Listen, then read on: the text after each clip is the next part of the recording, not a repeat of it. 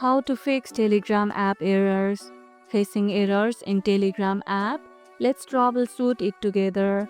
First, check your internet connection because many Telegram errors come from unstable or slow networks.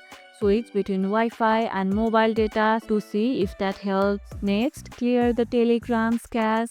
You can do it from the mobile settings. This removes corrupted temporary files that often cause errors. Make sure your Telegram app is updated to the latest version since many bugs and errors are fixed in updates. If errors still appear, restart your device to refresh system processes.